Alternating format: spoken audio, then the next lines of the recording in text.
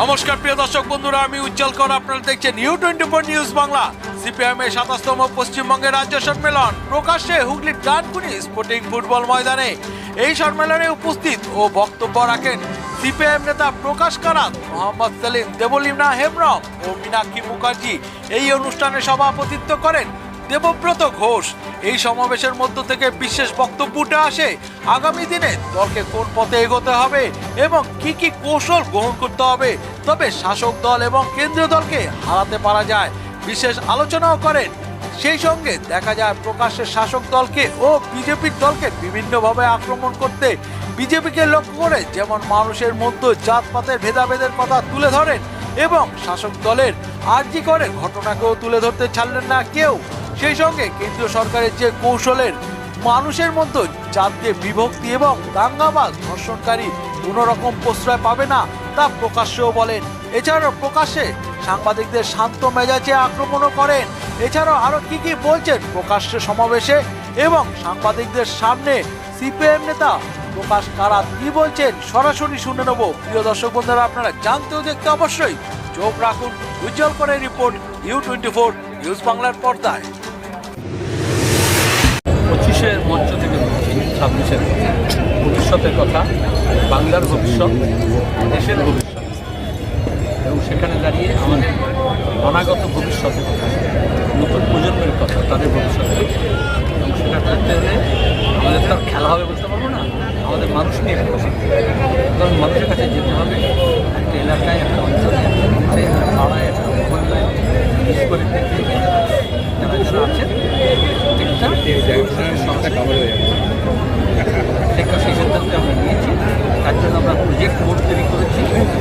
বিভিন্ন প্রজেক্ট আলাদা আলাদা করে কীভাবে ব্যাকওয়ার্ড লিঙ্কেজ, ফরওয়ার্ড লিঙ্কেজ হবে, যেগুলো এই যে বিদেশি টাকা নিয়ে, টেকনোলজি নিয়ে বিজেপি তৃণমূল যেভাবে ভোটটাকে লুট করেছে, একেবারে নমিনেশন থেকে গণনা পর্যন্ত, যেভাবে ইলেকশন মেশিনারি, ইলেকশন মেশিন এবং ইলেকশন যে গোটা মেকানাইজেশন, মেশিনেশন এবং তার সঙ্গে ইলেকশন কমিশন, রাজ্য হোক বা অল ইন্ডিয়া, যেভাবে ব্যবহার করেছে, সেখানে তার মোকাবিলা করতে হলে আমাদের মানুষের অন্য কোনো ভরসা নেই। তাহলে এই যে ফরেন ফান্ডেড টাকা দিয়ে মাসিক পাওয়ার, মানি পাওয়ার, মিডিয়া পাওয়ার, যারা মানুষকে একটা বুদ্ধিদের মধ্যে ঢুকিয়ে দিচ্ছে এবং নির্বাচনের সময় আর অন্য কিচ্ছু দেখাচ্ছে না, একটা দিকে হচ্ছে তোমাকে শুধুমাত্র বাইনারি কথা বলছে, সেখানে আমাদের কথা আমাদেরই বলতে হবে। কিন্তু আমাদের নিজস্ব পরিকল্পনা, নিজস্ব যন্ত্রপাতি নিয়ে, নিজস্ব পদ্ধতি, সেটা আমরা অতীতে করে এসেছি, সেটাকে আরও জোরদার করবো এবং এখন সৃজনশীলতার মধ্য দিয়ে টেকনোলজি ড্রিভেন, ডেটা বেস হয়ে আমরা কাজ করবো। আমাদের যে সমস্ত ট্র্যাডিশনাল মেথড আছে তার পাশে দাঁড়িয়ে আমাদের এই ক্রিয়েটিভিটি ইনফ্লুয়েন্স ড্রিভেন আমাদের কাজ করতে হবে। তার প্রস্তুতি আমরা নিয়েছি। গত নভেম্বর থেকে আমাদের ট্রেনিং নিয়েছি। এক একটা প্রজেক্টে এক একটা করে বাইরে আমার পরিকল্পনা আর যখন কাজ হবে তখন দেখবে নভেম্বর থেকে শুরু করে একটা পেজ হয়েছে আজকে পর্যন্ত 25-এ এবং 26 থেকে আমাদের শুরু হবে। পয়লা বৈশাখে গিয়ে আরেকটা পেজ। সেখানে এর আগেও আমরা দেখেছি যে ব্রিগেডে প্রচুর লোক হয়েছে, বিভিন্ন সম্মেলনগুলোতে প্রচুর মানুষ হচ্ছে, কিন্তু ভোট বাক্সে সেভাবে এবার সিদ্ধান্ত স্পেশালভাবে চিন্তাভাবনা করছেন। বললাম প্রতিটা সম্মেলন বা যে কোনো বড় কর্মসূচি আপনারা বলেন ঘুরিয়ে দাঁড়ানোর লড়াই, এবারে তো বলিনি, ঘুরিয়ে দাঁড়ানোর লড়াই, আমরা সেটাও বলিনি, আমার সামনে সম্মুখে বলতে পারি, ঘোরাফেরার কথা বলিনি। বিষয়টা হচ্ছে যে একটা নির্বাচনও আসছে না, এটা কি আপনারা চিন্তা করতে পারছেন যে কারোরই সাফল্য আসছে না? মিডিয়ার তো নয় দোষ আছে, কিন্তু বাকিটা আমরা মিডিয়ার দোষটা বলিনি, আমরা বলেছি মিডিয়াকে একটা অংশে ব্যবহার করে টাকার জন্য, বিজ্ঞাপনের জন্য, ভয় দিল, মিথ্যা মামলা দিল। তুমি ভালো করে জানো কীভাবে ভয়ভীতি সঞ্চার করা হয়, থ্রেড কালচার কীরকম হয়। শুধু হাসপাতালে থ্রেড কালচার নয়, মিডিয়া হাউসে গিয়ে থ্রেড কালচার নেই। চ্যানেল দখল করে নিয়েছে, সম্পাদককে তুলে দিয়ে সম্পাদক বসিয়ে দিয়েছে, অ্যাঙ্কারকে সরিয়ে দিয়েছে, গোটা দেশে বিজেপি করছে, আমাদের রাজ্যে তৃণমূল করছে।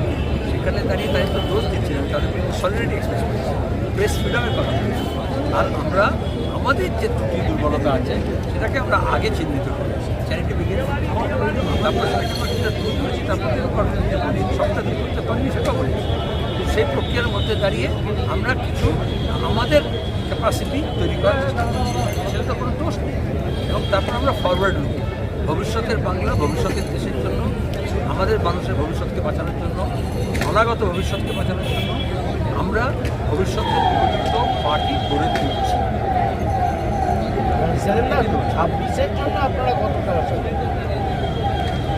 কোনো হাত দেখা বিশ্বাস করি না। কাজ দেখো তারপর একটা প্রশ্ন বারবার উঠে এসেছে, মানে আমরা যা শুনেছি নেতৃত্বের আরও বেশি ভূমিকা নিতে হবে। যে বললো আমরা ভোটের মতন লোক থাকবো, অর্থাৎ কেউ কি একেবারে নেতৃত্বরে নেমে নেতৃত্বের যে দায়িত্ব নেওয়া উচিত বলে আপনারা মনে করেন, সেখানে ছিল এটা আপনারা করতে চান? তুমি নিজে আমার সঙ্গে গিয়েছিলে আমার আগে তুমি এই যে আর্জি করে যারা গাড়ি থামালো, যে মীনাক্ষী ফলদানরা, সেটা নেতৃত্ব নয়। আজকে যেখানে সমাবেশ শেষ করবো, মীনাক্ষীর বাড়ি ফেরার কথা ছিল, 3 দিন এখানে আছে। আমরা বললাম আমরা 2 দিন যাবো, এখন বাকি এখানকার খবর নিয়ে চন্দননগরে যাবো। সেটা সামনে দাঁড়িয়ে এবং সেটা থেকে একদম এলাকাগত হবে, পাড়াগত হবে। কালকে চন্দননগরের ঘটনা তোমাদের যখন প্রেসে এটা বলছি, তখন আমাদের এরিয়া কমিটির মেম্বার পরিবারকে নিয়ে থানায় গিয়েছে, কাপড়া দিয়ে ধরতে হবে, চিহ্নিত করতে হবে।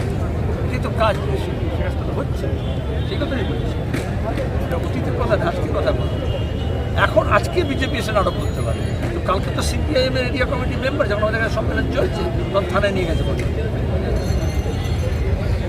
রাজনৈতিক সমস্যা আপনাদের কংগ্রেসের আর এখানে বিজেপিকে সম্পূর্ণভাবে আপনারা প্যাসেজ বলতে নারাজ, আধা প্যাসেজ। তুমি বলছো আপনারা বলতে নারাজ, মানে কে বলছে?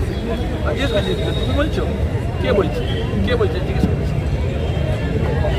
সিপিআইএম কী বলবে, তার সিপিআইএম তার রাজনৈতিক বোধ আছে, রাজনৈতিক শিক্ষা আছে, তার মতাদর্শ আছে, তার ভিত্তিতে বলবে। এবং যে খবর লিখেছে সে তো অসম্পূর্ণ পড়েছে, আর নাহলে অসম্পূর্ণ জেনেছে, নাহলে ফ্যাসিবাদ কি সেটাও জানে না, সিপিএম কি সেটাও জানে না। পরিষ্কার বলছি না আমরা কী বলেছি, নানাজ কোথায় শব্দ নেই, বরঞ্চ আমরা একদম এগোলাম। আমরা বলেছিলাম আগে আধিপত্য বিস্তার করে স্বৈরতান্ত্রিক প্রবণতা আছে, আমরা বলছি নয়া ফ্যাসিবাদী চরিত্রের কায়দা কানুন সব ফুটে উঠছে এদের এই আক্রমণের মধ্যে। নয়া ফ্যাসিবাদী কেন বলেছে?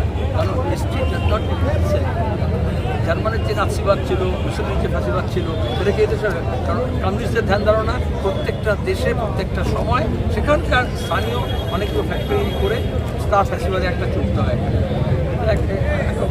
এমনি তোমরা বলো সব বিদেশি কথা এরা নকল করে, আমরা এখন নতুন কথা বলছি তো বলে আপনারা বলতে নারাজ, কারণ আপনি বিদেশি ভাষায় বলছেন না।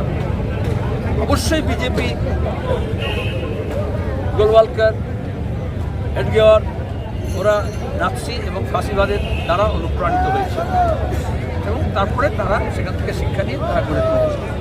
তারপরে যেরকম জেনোফোবিয়া করে সেটা করছে, যেরকম তারা এখানে বাংলাদেশ বিদ্বেষ করছে, ওখানে যেরকম ইহুদি বিদ্বেষ ছিল, এখানে যেরকম সংখ্যালঘু বিদ্বেষ করছে, এগুলো করে, এগুলো সব চলছে এবং তারপরে সেটা গড়ে উঠেছে। তাহলে এটাকে আমরা বলছি নয়া ফাঁসিবাদ। বলছি আপনি নারাজ, আমি নারাজ শব্দটা জিজ্ঞেস করছি, তুমি কোথায় জানলে নারাজ করতে হবে? এই ডানকুনিতে, এই হুগলিতে আমাদের রাজ্য সম্মেলন আমাদের সেই ভরসা দিয়েছে আমরা পারবো। মানুষ এগিয়ে এসেছেন, আমরা যেখানে 2 পা গিয়েছি মানুষ ওখানে 3 পা এসে আমাদেরকে সাহায্য করেছেন। আমরা এই সব সাহায্যকে, রসদকে সংগ্রহ করেছি। আজকে 25শে ফেব্রুয়ারি আমাদের 27তম সম্মেলন এই 25শে শেষ হলো। কালকে 26শে থেকে আমাদের 26শের লড়াই আমরা শুরু করব। কোনো বিরাম নেই, কোনো বিরতি নেই, কোনো কমা ফুল স্টপ দাঁড়ি নেই এবং আমাদের লড়াইটা করতে হবে। এই বাংলাকে আমাদের বাঁচাতেই হবে, এই বাংলার ভবিষ্যৎকে আমাদের বাঁচাতেই হবে। আমরা ভবিষ্যতের কথা বলবো। আমাদের একটা অতীত আছে যেখানে দাঁড়িয়ে দুর্নীতিমুক্ত প্রশাসন, স্বচ্ছ প্রশাসন কাকে বলে জ্যোতি বসু বুদ্ধদেব ভট্টাচার্য দেখিয়েছেন। পঞ্চায়েত, পুরসভা থেকে সরকার, কলেজ বিশ্ববিদ্যালয় পরিচালনা থেকে কলেজ ছাত্র সংসদ থেকে স্কুল কমিটি, মাদ্রাসা কমিটি আমরা দেখেছি কীভাবে বছর বছর নিয়োগ হতো দুর্নীতিমুক্ত, কীভাবে school service commission, public service commission নিয়োগ হতো, মানুষ দেখেছেন। আর আজকে কীভাবে দুর্নীতি ছেয়ে গিয়েছে। সুতরাং যারা ব্যাপন করলো মধ্যপ্রদেশে যারা প্রতিদিন গোটা দেশব্যাপী রাফেল থেকে দুর্নীতি করছে তারা কোনো দুর্নীতি মুক্ত করবে না। মোদি বলেছিল না খাউঙ্গা না খানে দুঙ্গা, আজকে আমরা বুঝতে পারছি ও খায়েঙ্গে ভি আর খানে দেঙ্গে ভি।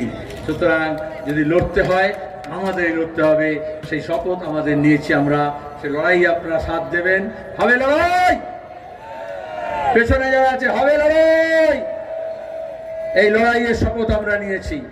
মাঠ ঘাট বন্দর প্রান্তর, জুট মিলের লাইন, শ্রমিকের বস্তি মহল্লা, কৃষকের বড় বাড়ি, কুড়ে ঘর, উঠোন, এই সব পেরিয়ে আমাদের মানুষকে কাছে পৌঁছতে হবে এবং খুব দ্রুত এই 1 বছরের মধ্যে ধাপে ধাপে আমরা পরিকল্পনা মাফিক একেবারে হিসেব মতো করে ম্যান মার্কিং করে আমাদের এগোতে হবে। এই শপথ আমরা নিয়েছি। সেখানে আপনারা শুধু এই সম্মেলনের জন্য যে সাহায্য করেছেন তাই নয়, আগামী দিনেও আপনারা পাশে থাকবেন, সহযোগিতার হাত বাড়িয়ে দেবেন, রসদ আমাদের দেবেন। লড়াই আমরা করব, জান কবুল আর মান কবুল লড়াই হবে। সেই লড়াইয়ে আমাদের জিততেই হবে, কারণ বাংলাকে আমরা হারতে দিতে পারি না, বাংলাকে আমরা ভাগ হতে দিতে পারি না, বাংলাকে আমরা উত্তরপ্রদেশ বিহার বানাতে দেব না। বাংলাকে আমরা আমাদের সংস্কৃতি আমাদের ঐতিহ্য এইটাকে নিয়েই আমাদের এগোতে হবে। সংস্কৃতি ঐতিহ্য বলে আমাদের মনে পড়ে গেল কোনো কাগজ বলছে আরে সিপিএমের সম্মেলনে মন্দিরের ছবি দিয়েছে। ও গাধাদের কে বলবে যে ঐতিহ্য মানে কি? আমরা হুগলি জেলার ঐতিহ্য তুলে ধরেছি। এখানে রাজা রামমোহন রায়ও ছিলেন, যিনি নারী স্বাধীনতার কথা বলেছেন, সাম্যের কথা বলেছেন এবং বুজরুকির বিরুদ্ধে, শাস্ত্রজ্ঞ পণ্ডিতদের বিরুদ্ধে যুক্তিবাদী মনন তৈরি করার জন্য লড়াই করেছেন। তাকে যেমন আমরা স্মরণ করেছি, রামকৃষ্ণ পরমহংসদেব বলেছিলেন যত মত তত পথ, গণতন্ত্রের এর চেয়ে কোনো বেশি ভালো ব্যাখ্যা হতে পারে না। আজকে যখন বলছে 1 নেশন 1 ভোট 1 সব কিছু বলছে না, সব এক, সেখানে দাঁড়িয়ে রামকৃষ্ণ বলে গিয়েছিলেন যত মত তত পথ। তাহলে সিপিআইএম এই যে বৈচিত্র্যের, এই যে বহুত্ববাদের যে প্রশংসা করছে এবং লড়াই করছে, তার সঙ্গে মেলে আমরা সেই ঐতিহ্য তুলে ধরেছি। এরকম আরও অসংখ্য কথা আছে, আমি আর শেষ লগ্নেগুলো বলবো না। শুধু অশিক্ষিত সাংবাদিকদের এবং সম্পাদকদের শিক্ষিত করার জন্য এই কটা কথা আমাকে বলতে হলো। ধন্যবাদ।